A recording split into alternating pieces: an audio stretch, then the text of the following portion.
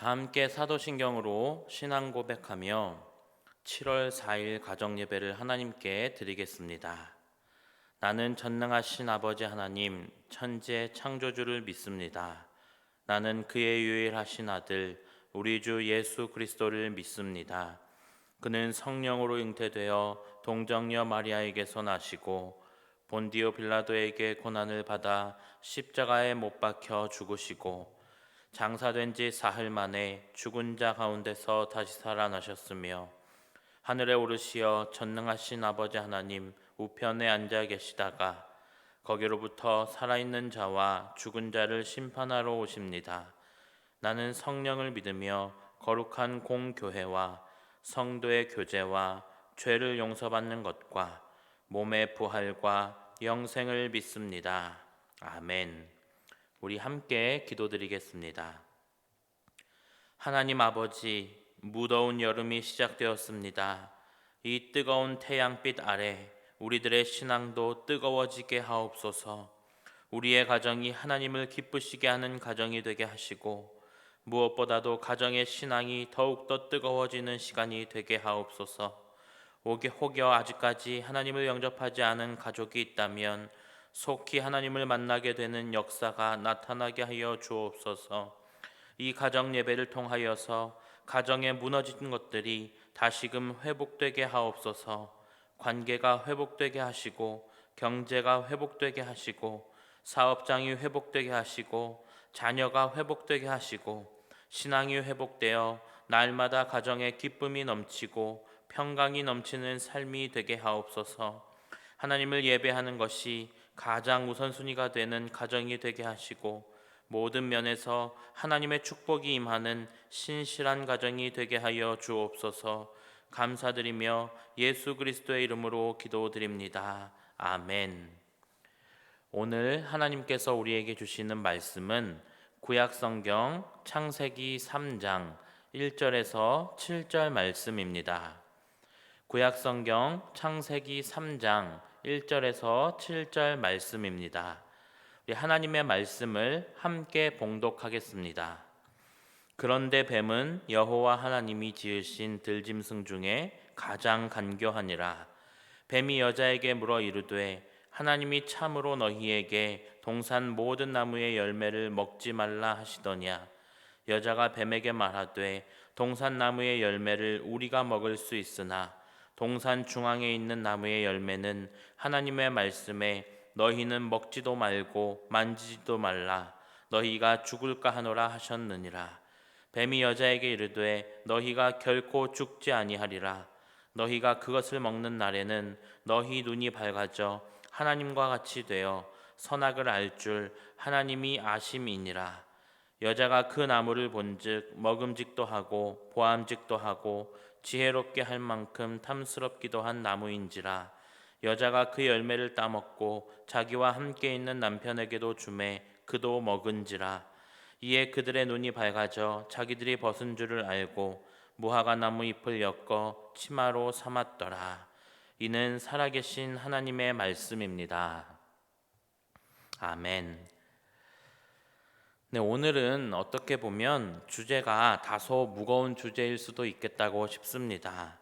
왜냐하면 죄에 대한 이야기를 다루기 때문입니다. 죄는 나의 연약함을 드러내는 부분이기 때문에 사람들은 별로 좋아하지 않습니다. 그런데도 이 죄의 문제는 우리에게 있어서 아주 중요한 부분이기 때문에 우리는 이 부분을 다루지 않을 수가 없는 겁니다. 고대 그리스의 유명한 철학자 소크라테스가 남긴 명언이 있습니다. 무엇입니까? 너 자신을 알라입니다.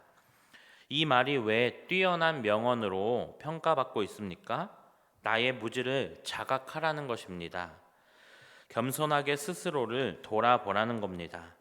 자기 자신을 돌아봐야 더 나은 진리를 향해서 도달할 수 있기 때문입니다.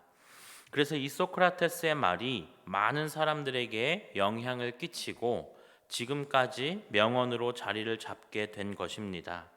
이것은 죄에도 그대로 적용됩니다. 우리는 죄가 무엇인지 알아야 우리가 올바른 이 하나님의 길로 나아갈 수 있는 힘이 생기는 것입니다. 여러분은 죄가 무엇이라고 생각하십니까?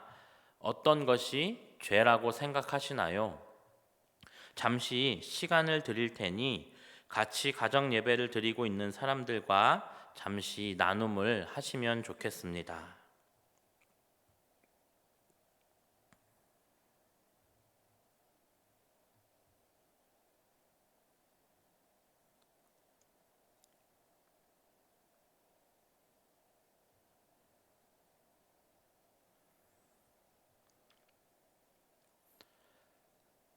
네, 죄에 대해서 함께 이야기를 나누어 보셨습니까? 여기에서 우리는 죄와 악이라는 것을 구분지어 볼 필요가 있습니다. 성경에서 말하는 죄는 우리가 평소 생각했던 것과는 조금 다릅니다. 결론부터 말씀드리자면 우리들이 평소 생각하고 있던 죄와 같은 것들은 엄밀히 말하면 악에 해당합니다. 악한 행동들인 것입니다. 다시 말하면 죄의 결과가 악입니다. 죄로 인해 나타나는 증상들이 악에 해당하는 것입니다.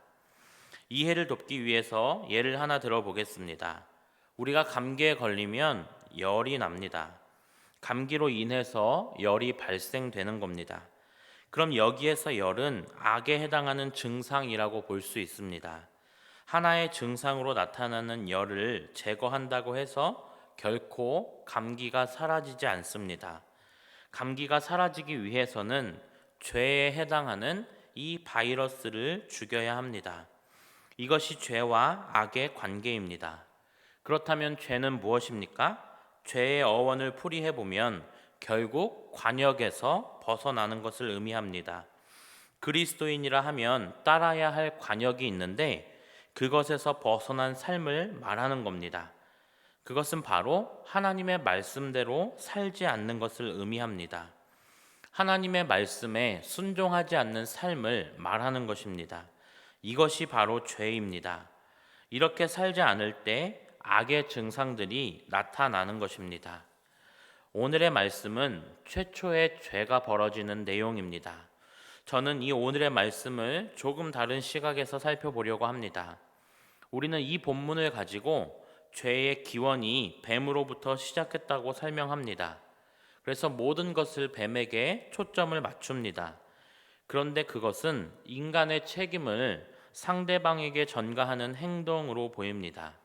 왜 그런지 우리가 함께 살펴보겠습니다. 하와가 뱀과 대화하는 장면으로 시작을 합니다. 그리고 뱀이 질문을 합니다.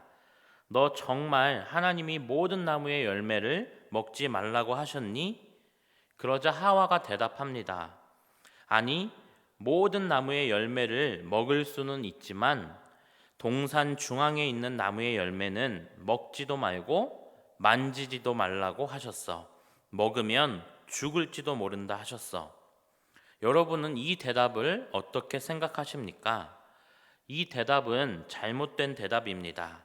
우리 창세기 2장 17절을 함께 읽어보겠습니다. 시작. 선악을 알게 하는 나무의 열매는 먹지 말라. 내가 먹는 날에는 반드시 죽으리라 하시니라. 아멘. 하나님께서는 선악을 알게 하는 나무의 열매는 먹지 말라고 하셨지 만지지도 말라고는 말씀하지 않았습니다. 그런데 하와는 만지지도 말라는 이 표현을 추가합니다. 이것은 자신의 불만을 표출하는 행위입니다. 그래서 하나님의 말씀을 과장하는 겁니다. 동산 중앙에 있는 나무의 열매는 먹지 말래. 야, 만지지도 말랜다. 이런 표현인 겁니다. 또 하나님은 내가 먹는 날에는 반드시 죽으리라고 말씀하셨지만 하와는 죽을까 하노라고 대답합니다. 이것은 하나님의 말씀을 축소하는 겁니다.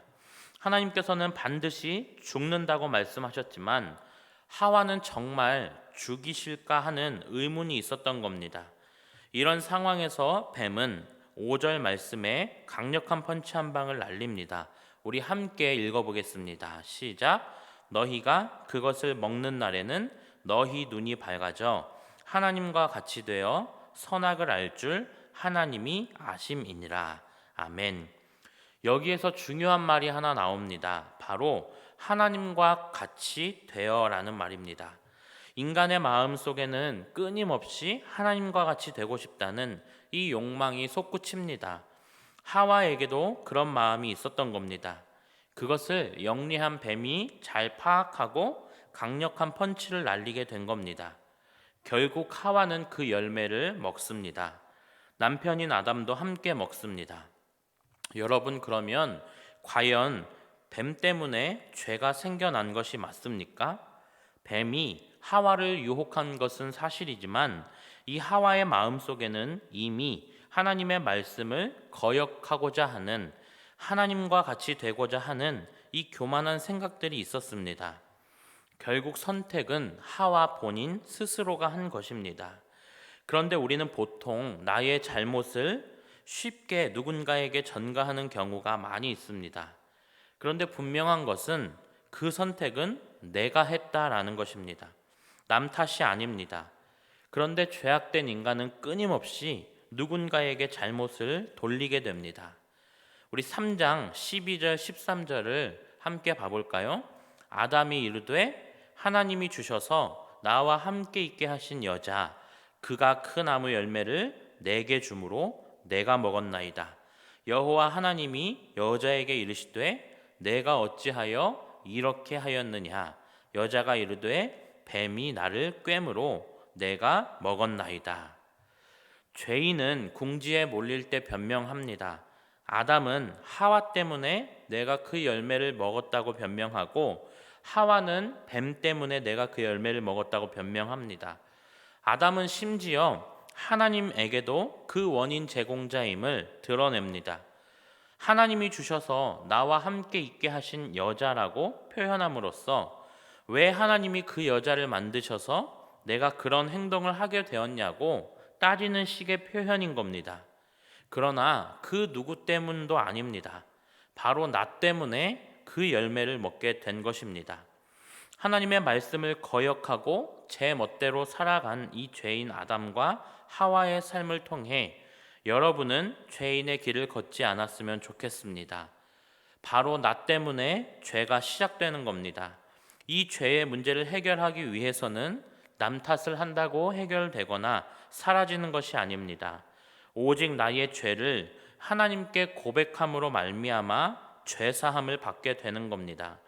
그래서 죄의 문제는 정직하게 하나님께 나의 죄를 고백하는 것이 중요합니다. 그럴 때에 하나님께서는 그 정직한 고백을 들으시고 그 죄를 용서하여 주시는 것입니다. 사랑하는 휘경교회 가족 여러분, 우리는 늘 죄악된 삶을 살아갈 수밖에 없는 연약한 존재입니다. 그러나 예수 그리스도를 믿는다는 것은 죄의 삶을 끊어내고 의의 삶을 살겠다고 결단하는 것입니다. 그럼에도 불구하고 우리는 죄의 삶에서 벗어날 수가 없습니다. 그러기에 우리는 늘 고백하는 믿음이 필요합니다. 그래서 고백을 통해 늘 하나님의 용서함을 받아 빛의 삶을 살아가시는 저와 여러분이 되시기를 간절히 축원합니다. 기도하겠습니다. 하나님 아버지, 우리는 죄악된 세상에서 죄의 삶을 살아가는 연약한 존재입니다. 우리는 우리의 잘못을 회피하기 위해 늘 남 탓을 하며 자신은 깨끗한 존재라고 증명해내기 위해 살아갑니다. 그러나 주님, 이 시간 정직하게 고백하며 나아가오니 나의 죄악된 삶을 용서하여 주옵소서. 우리 가정이 믿음대로 살지 못함을 용서하여 주시고 다시금 우리 가정이 믿음 안에 살아가는 거룩한 가정이 될 수 있도록 인도하여 주옵소서. 감사드리며 예수님의 이름으로 기도드립니다. 아멘. 네, 지금은 서로를 축복하는 시간입니다. 우리 이 시간 함께 자녀를 향해서, 부모님을 향해서, 배우자를 향해서, 형제 자매를 향해서 서로 마주 보면서 축복하도록 하겠습니다. 우리 서로 바라보시면서 네, 사랑합니다. 네, 축복합니다. 네, 감사합니다. 네, 예배를 마친 후에도 이 축복의 시간을 계속 가지시기를 바랍니다. 이제 주님께서 가르쳐 주신 기도로 가정 예배를 마치도록 하겠습니다. 하늘에 계신 우리 아버지, 아버지의 이름을 거룩하게 하시며 아버지의 나라가 오게 하시며 아버지의 뜻이 하늘에서와 같이 땅에서도 이루어지게 하소서.